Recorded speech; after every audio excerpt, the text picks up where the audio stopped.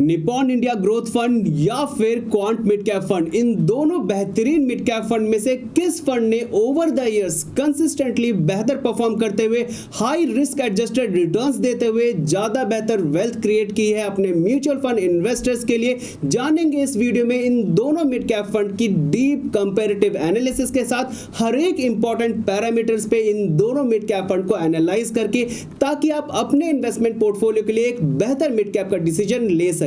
और इतना ही नहीं, इस वीडियो में हम ये भी जानेंगे कि करंट मार्केट सिचुएशन में जहां पे मार्केट ऑल टाइम हाई पे है, मिड कैप की वैल्यूएशन ऑल टाइम हाई पे है, तो ऐसी सिचुएशन में लमसम और एसआईपी में आपको कैसे निवेश करना है और वो क्या सेंसिबल इन्वेस्टमेंट स्ट्रेटेजी फॉलो करनी है जिसे फॉलो करके आप लॉन्ग टर्म में अपने लिए, अपने फैमिली के लिए एक बेहतर वेल्थ क्रिएट कर सकते हैं। जानेंगे ये सब कुछ इस वीडियो में, तो अंत तक बने रहे इस वीडियो में। तो आइए इन दोनों बेस्ट मिड कैप फंड्स के इस कंपैरेटिव एनालिसिस की शुरुआत करते हैं रिटर्न्स एनालिसिस के साथ। और रिटर्न्स एनालिसिस में सबसे पहला पैरामीटर जिसे हम एनालाइज करेंगे वो है इन दोनों मिड कैप फंड्स का कैलेंडर ईयर रिटर्न्स, यानी कि साल दर साल जनवरी से लेकर दिसंबर तक के महीने में किस फंड ने कितना रिटर्न दिया है और किस फंड ने ज्यादा कंसिस्टेंट परफॉर्म किया है। और पिछले 10 सालों के कैलेंडर ईयर रिटर्न्स के चार्ट में हम देख सकते हैं कि निप्पॉन इंडिया ग्रोथ फंड ने पिछले 10 साल में से 5 बार ज्यादा बेहतर परफॉर्म किया है, आउट परफॉर्म किया है क्वांट मिड कैप फंड को।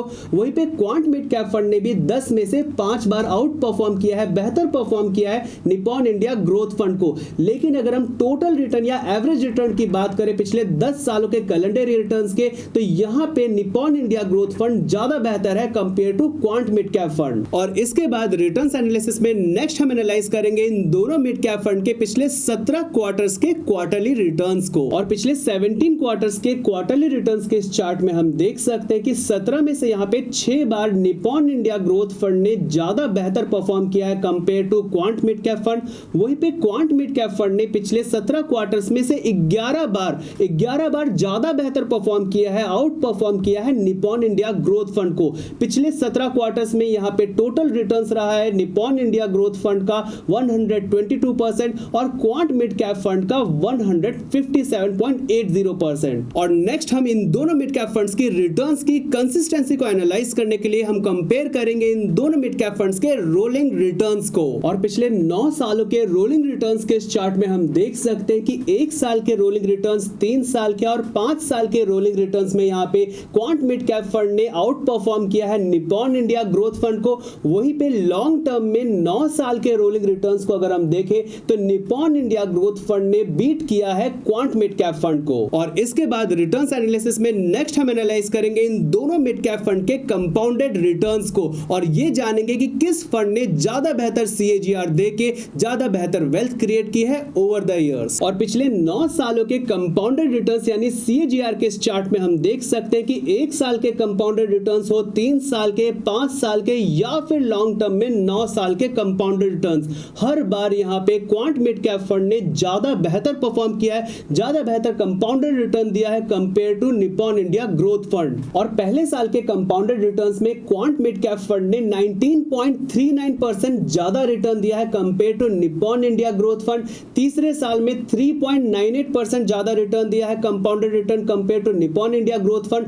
5वें साल में 7.59% कंपाउंडेड रिटर्न ज्यादा रहा है क्वांट मिड कैप फंड का compare to Nippon India growth fund. और 9वें साल में 1.66% ज्यादा कंपाउंडेड रिटर्न दिया है क्वांट मिड कैप फंड ने compare to Nippon India growth fund. और इसके बाद हम कंपेयर करेंगे इन दोनों मिड कैप फंड के पिछले 10 सालों के एसआईपी रिटर्न्स को। और पिछले 10 सालों के एसआईपी रिटर्न्स के इस चार्ट में हम देख सकते हैं कि 1 साल के एसआईपी रिटर्न्स हो, 2 साल के, 3 साल के, 5 साल के या फिर लॉन्ग टर्म में 10 साल के एसआईपी रिटर्न्स, हर बार यहां पे क्वांट मिड कैप फंड ने ज्यादा बेहतर परफॉर्म किया है, ज्यादा बेहतर एसआईपी रिटर्न्स दिए compare to Nippon India growth fund over the years. जहां पे पहले साल के एसआईपी रिटर्न्स में क्वांट मिड कैप फंड ने 20.33% ज्यादा एसआईपी रिटर्न दिया था compare to Nippon India growth fund. दूसरे साल में 7.32% ज्यादा रहा था इसका एसआईपी रिटर्न, तीसरे साल में 5.94, 5वें साल में 7.82 और 10वें साल में बात करें तो क्वांट मिड कैप फंड ने 3.49% ज्यादा एसआईपी रिटर्न दिया था compare to Nippon India growth fund. यानी कि अगर आपने आज से 10 साल पहले इन दोनों मिड कैप फंड में 1-1 हजार रुपए की एसआईपी स्टार्ट की होती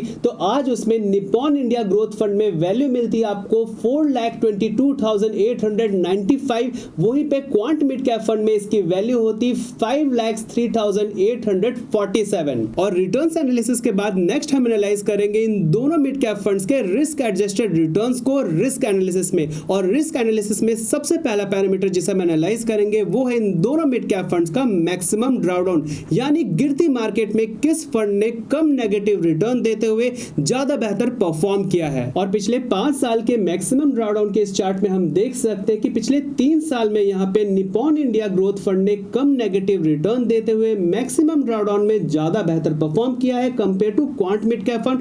वहीं पे पिछले 5 साल में यहाँ पे मैक्सिमम ड्रॉडाउन में कम नेगेटिव रिटर्न देते हुए क्वांट मिड कैप फंड ने आउट परफॉर्म किया है निप्पॉन इंडिया ग्रोथ फंड को। और इसके बाद रिस्क एनालिसिस में नेक्स्ट हम एनालाइज करेंगे पिछले 10 साल के इन दोनों मिड कैप फंड्स के स्टैंडर्ड डेविएशन को, ये जानने के लिए कि किस फंड ने कम वॉलेटाइल रहते हुए ज्यादा बेहतर परफॉर्म किया है पिछले 10 सालों में। और यहाँ पे हम देख सकते हैं कि पिछले 3 साल में यहाँ पे स्टैंडर्ड डेविएशन में कम वॉलेटाइल रहते हुए निप्पॉन इंडिया ग्रोथ फंड ने ज्यादा बेहतर परफॉर्म किया है क्वांट मिड कैप फंड से। वहीं पे पिछले 5 साल और लॉन्ग टर्म में 10 साल के स्टैंडर्ड डेविएशन में क्वांट मिड कैप फंड ने कम वॉलेटाइल रहते हुए ज्यादा बेहतर परफॉर्म किया है स्टैंडर्ड डेविएशन में। और रिस्क एनालिसिस में नेक्स्ट हम एनालाइज करेंगे इन दोनों मिड कैप फंड के पिछले 10 सालों के शार्पे रेशियो को, यानी कि रिस्क के अगेंस्ट किसने कितना एक्सेस रिटर्न जनरेट किया है ओवर द इयर्स। और यहाँ पे हम देख सकते हैं कि साल दर साल पिछले 3 साल के शार्पे रेशियो, पिछले 5 साल के शार्पे रेशियो और पिछले 10 साल के शार्पे रेशियो लगातार यहाँ पे क्वांट मिड कैप फंड ने ज्यादा बेहतर परफॉर्म किया है, आउट परफॉर्म किया है निप्पॉन इंडिया ग्रोथ फंड को। और इसके बाद रिस्क एनालिसिस में हम एनालाइज करेंगे इन दोनों मिड कैप फंड के पिछले 10 साल के बीटा को, यानी कि कौन सा फंड पिछले 10 सालों में कम वॉलेटाइल रहा है। और यहाँ पे हम देख सकते हैं कि पिछले 3 साल में यहाँ पे निप्पॉन इंडिया ग्रोथ फंड कम वॉलेटाइल रहा है बीटा में compare to Quant mid cap fund. वहीं पे क्वांट मिड कैप फंड पिछले 5 साल और 10 साल में कम वॉलेटाइल रहा है compare to Nippon India growth fund. और रिस्क एनालिसिस में लास्ट पैरामीटर जिसे हम एनालाइज करेंगे वो है इन दोनों मिड कैप फंड्स के पिछले 10 साल के अल्फा, यानी कि बेंचमार्क के अगेंस्ट पिछले 10 सालों में इन फंड्स ने कैसा परफॉर्म किया है, कितना एक्सेस रिटर्न जनरेट किया है। और यहाँ पे हम देख सकते हैं कि क्वांट मिड कैप फंड ने पिछले 3 साल के अल्फा, पिछले 5 साल के और पिछले 10 साल के अल्फा के रिजल्ट्स में ज्यादा बेहतर परफॉर्म किया है, ज्यादा एक्सेस रिटर्न जनरेट किया है compare to Nippon India growth fund. और रिस्क एनालिसिस के बाद नेक्स्ट पैरामीटर जिसे हम एनालाइज करेंगे इन दोनों मिड कैप फंड के लिए वो इन दोनों मिड कैप फंड की पोर्टफोलियो एनालिसिस। और पोर्टफोलियो एनालिसिस में सबसे पहले हम एनालाइज करेंगे इन दोनों फंड्स की पोर्टफोलियो एलोकेशन को। और यहाँ पे हम देख सकते हैं कि निप्पॉन इंडिया ग्रोथ फंड में इक्विटी में ज्यादा एलोकेशन है compare to Quant mid cap fund. Nippon India में 98.73% एलोकेटेड है इक्विटी में, वहीं पे क्वांट मिड कैप फंड में 96.22% एलोकेटेड है इक्विटी एसेट क्लास में।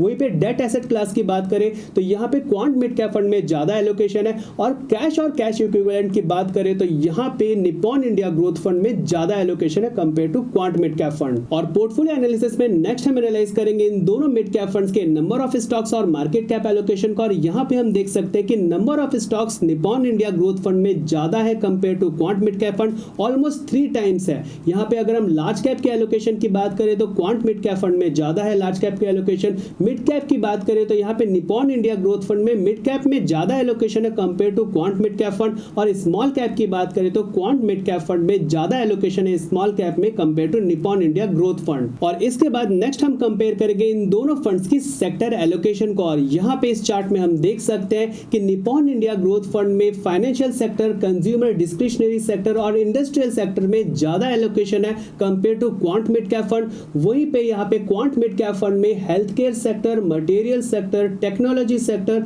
और एनर्जी सेक्टर में ज्यादा एलोकेशन है compare to Nippon India growth fund. और इसके बाद पोर्टफोलियो एनालिसिस में लास्ट पैरामीटर जिसे हम एनालाइज करेंगे वो है इन दोनों मिड कैप फंड्स की पोर्टफोलियो ओवरलैपिंग। और यहाँ पे हम देख सकते हैं कि इन दोनों फंड्स की पोर्टफोलियो ओवरलैपिंग यानी कॉमन स्टॉक्स इन दोनों फंड्स में काफी कम है। यहाँ पे निप्पॉन इंडिया ग्रोथ फंड में 5.30% पोर्टफोलियो ओवरलैप कर रहा है compare to Quant mid cap fund. वहीं पे क्वांट मिड कैप फंड का पोर्टफोलियो 27.36% ओवरलैप कर रहा है निप्पॉन इंडिया ग्रोथ फंड के पोर्टफोलियो को। और पोर्टफोलियो एनालिसिस के बाद नेक्स्ट हम एनालाइज करेंगे इन दोनों मिड कैप फंड्स की मैनेजमेंट को, जहां पे हम देखेंगे कि किस फंड की मैनेजमेंट ज्यादा स्टेबल है और की फंड मैनेजर किस में लंबे समय से बने हुए हैं इस फंड के साथ। और फंड मैनेजमेंट के चार्ट में हम देख सकते हैं कि इन दोनों मिड कैप फंड की फंड मैनेजमेंट काफी स्टेबल दिखाई दे रही है। और जो की फंड मैनेजर है यहाँ पे क्वांट मिड कैप फंड में संजीव शर्मा और यहाँ पे निप्पॉन इंडिया ग्रोथ फंड में किंजल देसाई काफी लंबे समय से बने हुए इन फंड्स के साथ। और फंड मैनेजमेंट को एनालाइज करने के बाद आइए कुछ और इंपॉर्टेंट पैरामीटर्स को एनालाइज करते हैं इन दोनों मिड कैप फंड्स के लिए। और इस चार्ट में सबसे पहले हम कंपेयर करेंगे इन दोनों मिड कैप फंड्स के टर्नओवर को। और यहाँ पे हम देख सकते हैं कि निप्पॉन इंडिया ग्रोथ फंड का टर्नओवर है 17% का,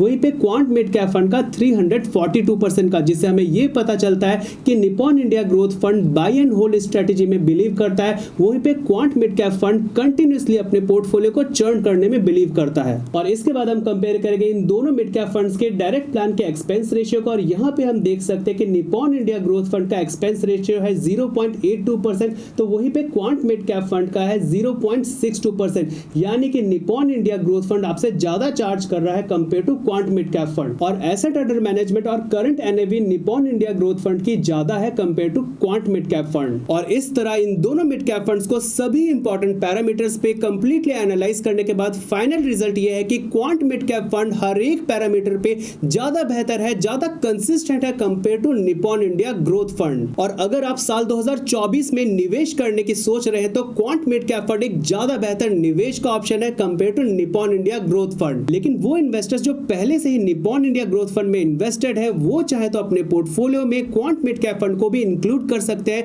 क्योंकि इन दोनों फंड्स की पोर्टफोलियो ओवरलैपिंग यानी कॉमन स्टॉक्स इन दोनों फंड्स में काफी कम है। और बात करें इन्वेस्टमेंट स्ट्रेटजी की, तो करंट मार्केट सिचुएशन में अगर आप निवेश करने जा रहे हैं मिड कैप सेगमेंट में, तो आपको खास ध्यान रखना है कि आपको लमसम इन्वेस्टमेंट बिल्कुल भी नहीं करनी है, सिर्फ और सिर्फ एसआईपी मोड में निवेश करना है। और लॉन्ग टर्म की इन्वेस्टमेंट स्ट्रेटजी आपको ये फॉलो करनी कि जो भी एसआईपी आप इन मिड कैप फंड्स में कर रहे हैं उसे हर 6 महीने या हर साल उसमें टॉप अप करते रहे सर्टेन परसेंटेज या सर्टेन अमाउंट के साथ। और साथ ही साथ जब भी मार्केट आने वाले टाइम में 10% या उससे ज्यादा करेक्ट होती है तो छोटे छोटे अमाउंट में सिस्टमैटिक तरीके से लमसम इन्वेस्टमेंट करते रहें। और इसके साथ इन दोनों बेस्ट मिड कैप फंड्स की ये कंपैरेटिव एनालिसिस यहां पे खत्म होती है। उम्मीद करता हूं मिड कैप कैटेगरी में एक बेहतर निवेश का डिसीजन लेने में ये वीडियो आपकी मदद करेगा।